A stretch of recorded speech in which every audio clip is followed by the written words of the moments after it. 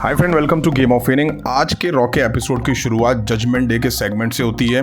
सबसे पहले Liv Morgan आके बोलती हैं, रॉ में आपका स्वागत है, आप सभी जजमेंट डे के लिए खड़े हो जाइए। फिन बेलर बोलते हैं, हम सभी को याद दिलाना चाहते हैं कि जजमेंट डे क्या है। लास्ट वीक का वो एक वीडियो पैकेज चलाते हैं जहाँ जजमेंट डे ने डेमियन प्रीस्ट और रिया रिप्लाई की हालत खराब कर दी थी। कार्ली तो उसको देख करके बोलते हैं ये काफ़ी शानदार था। फिन बेलर बोलते हैं, डेमियन प्रीस्ट और रिया रिप्लाई, अब एक चीज़ हम क्लियर करना चाहते हैं कि हम नहीं बल्कि तुम बुरे लोग हो, तुमने जजमेंट डे को धोखा दिया और इसी वजह से तुम्हें वो सब मिला जिसके तुम हकदार हो। बैश इन बर्लिन में तुम्हारे साथ यही होगा। यह सिर्फ एक प्रीव्यू है। लिव मॉर्गन कहती हैं यह सभी चीज़ें तुम्हारे वजह से ही हो रही हैं और बैश इन बर्लिन में मेरा और डोमिनिक मिस्टीरियो का जो साइड है वो हावी रहेगी। तुमको पता चल जाएगा कि हम दोनों हमेशा टॉप पर रहते हैं। डोमिनिक मिस्टीरियो बोल ही रहे होते हैं लेकिन फैंस उन्हें काफ़ी बू करते हैं जैसा कि हर बार करते हैं। डोमिनिक मिस्टीरियो फाइनली बोलते हैं और कहते हैं कि लिव मॉर्गन मेरे लिए वो चीज़ें करती हैं जो रिया रिप्लाई ने कभी नहीं की। उन्होंने मुझे अपने फादर को हराने में हेल्प करी। मैं इंटरकॉन्टिनेंटल चैंपियनशिप कंटेंडर टूर्नामेंट का पार्ट बनने वाला हूं और इसे जीतूंगा भी। यह डेमियन प्रीस्ट और अदर लोगों के लिए एक वार्निंग है। रे मिस्टीरियो और एलडब्ल्यू तभी यहाँ पे एंट्री करते हैं। रे मिस्टीरियो आके बोलते हैं, क्या तुमने थोड़े समय पहले तक शीशे में खुद को देखा? तुम्हें हेल्प की जरूरत है। तुम जब तक रिया रिप्लाई के साथ थे तब तक तुम बेकसूर थे, अब तुमको अपनी जगह औकात दिखाने की जरूरत है। डोमिनिक मिस्टीरियो बोलता है कि क्या आप ऐसा करोगे? मैं तुमको पहले ही हरा चुका हूँ। रे मिस्टीरियो कहते हैं कि तुम हमेशा से बेवकूफ रहे हो, अब लिव मॉर्गन के साथ रहते हुए तुम और ज्यादा बेवकूफ लग रहे हो। लिव मॉर्गन कहते हैं कोई भी वुमेन्स वर्ल्ड चैंपियन को ऐसा नहीं बोल सकता। रे मिस्टीरियो कहते हैं, डोमिनिक दम है तो मुझ पर अटैक करके दिखा। जेडी मैकडोना ने रे मिस्टीरियो पर अटैक करने की कोशिश करी लेकिन उन्होंने टैग टीम चैंपियंस को रोका। अब दोनों टीमों के बीच ब्रॉल शुरू हो जाता है और एलडब्ल्यू को यहाँ पे कंट्रोल है, वो हावी रहता है, वो यहाँ पे थोड़ा डोमिनेट करते हुए दिखाई दिए। ड्रैगन ली हील सुपरस्टार पर शानदार डाइव लगाते हुए दिखाई दिए और एक तरह से उन्होंने जजमेंट डे को खदेड़ दिया। इसके बाद हमें एलडब्ल्यू वर्सेस जजमेंट डे के बीच 8-मैन टैग टीम मैच दिखा। बढ़िया मैच दिखा इन दोनों टीम्स के बीच में। जजमेंट डे काफी डोमिनेट दिखे इस मैच में। जीत यहाँ जजमेंट डे की हुई। मैच के बाद जजमेंट डे के मेंबर्स ने एलडब्ल्यू के मेंबर्स की हालत खराब करना शुरू कर दी। अब रे मिस्टीरियो को अनाउंस टेबल पर डाल के डोमिनिक टॉप रोप से स्प्लैश लगाने वाले थे, तभी यहाँ रिया रिप्लाई और डेमियन प्रीस्ट की एंट्री होती है। वो आके जजमेंट डे को खर्चा पानी देते हैं। लिव मॉर्गन भाग रही होती है क्राउड में से तो रिया रिप्लाई ऐसा पकड़ के खींच के लाती हैं, बैरिकेड और टर्न बगल में उन्हें दे मारती हैं। रिंग में रिया रिप्लाई ने जेडी मैकडोना पे रेप्टाइल और डेमियन प्रीस्ट ने कार्लितो पे साउथ ऑफ हेवन लगा के जजमेंट डे को बैकफुट पे भेज दिया। इसके बाद हमें damage control versus Shaina Baszler जो स्टार्क के बीच मैच दिखा। शाइना बेजलर और जो स्टार्क ने शुरू में ईयू स्काई में मार दे के कंट्रोल बनाया। काफी स्ट्रगल के बाद कायरी सेन को ईयू स्काई ने अटैक दिया, उन्होंने आके दोनों की हालत खराब कर दी। अच्छा मैच दिखा इनके बीच। शाइना और जो स्टार काफी डोमिनेट दिखी इस मैच में। तभी रिंग साइड जेलिना वेगा ने आके सोनिया डेविल पर अटैक करा और इसका फायदा डैमेज कंट्रोल ने लिया। उन्होंने जो स्टार को शाइना बेजलर पे रिंग में मूव देके मैच जीत लिया। अब हमें ड्रू मैकिंटायर का सेगमेंट दिखाई दिया। ड्रू मैकिंटायर आके बोलते हैं कि मैं सीएम पंक की तरह बोल सकता हूं क्योंकि मुझे सब कुछ याद है। वो इतने सालों तक बाहर रहा और हम सभी ने मेहनत की। क्या अब मैं तुम्हारा ध्यान खींच पा रहा हूं? मैं हमेशा सच बोलने की कोशिश करता हूं और यह सच है कि सीएम पंक को मुझसे डर लगता है। समर स्लैम के बाद अभी तक सभी चांसेस पर सीएम पंक ने मुझ पर पीछे से अटैक किया है। सीएम पंक जब प्राइड के बारे में सोचता है तो फिर गलत फैसले लेता है। उसने मुझे चैलेंज किया मैच के लिए, मैं उस पर स्ट्रैप से अटैक करूंगा तो ये सभी आप लोगों की वजह से होगा। आप जितनी बार उसका नाम लोगे मैं उसकी हालत खराब करके रख दूंगा। ड्रू मैकिंटायर आगे बोलते हैं कि मैं अभी भी तुमको माफ करने के लिए तैयार हूं। यह चीज काफी फनी है कि 50 सेंट का यह ब्रेसलेट तुम्हारे लिए इतना इंपॉर्टेंट रखता है यार।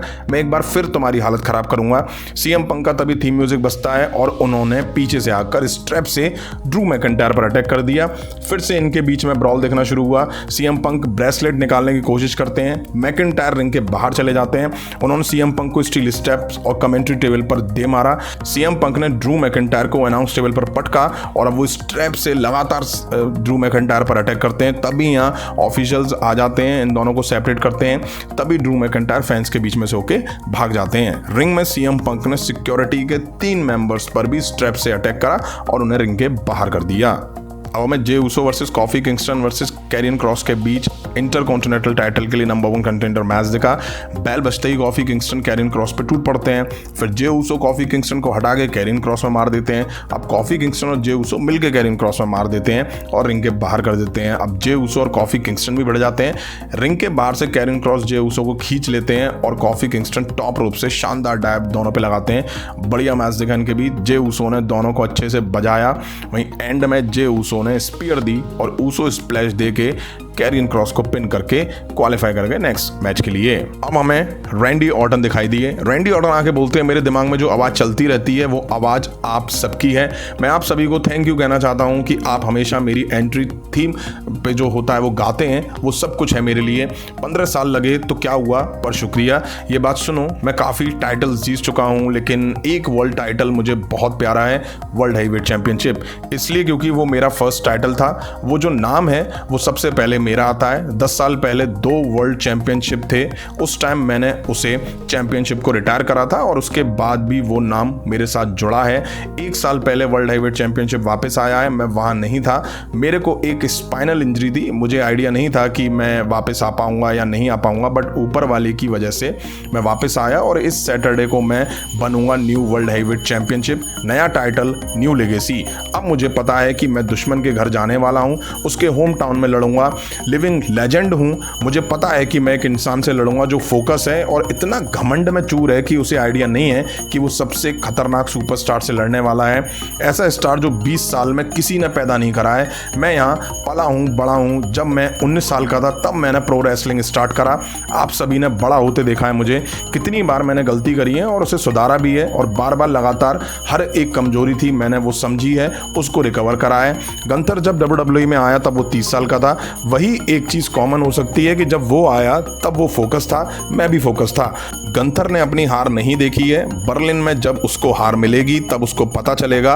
वर्ल्ड हैवीवेट चैंपियनशिप की बात होती तो ठीक था, लेकिन वो मेरी फैमिली, घर के बारे में बात करे और जितना मैंने ज़िंदगी में सामना करा है सारी भरपाई बर्लिन में करूँगा और बताऊँगा कि कौन बड़ा है। ये प्लान तो मैं बता चुका हूँ।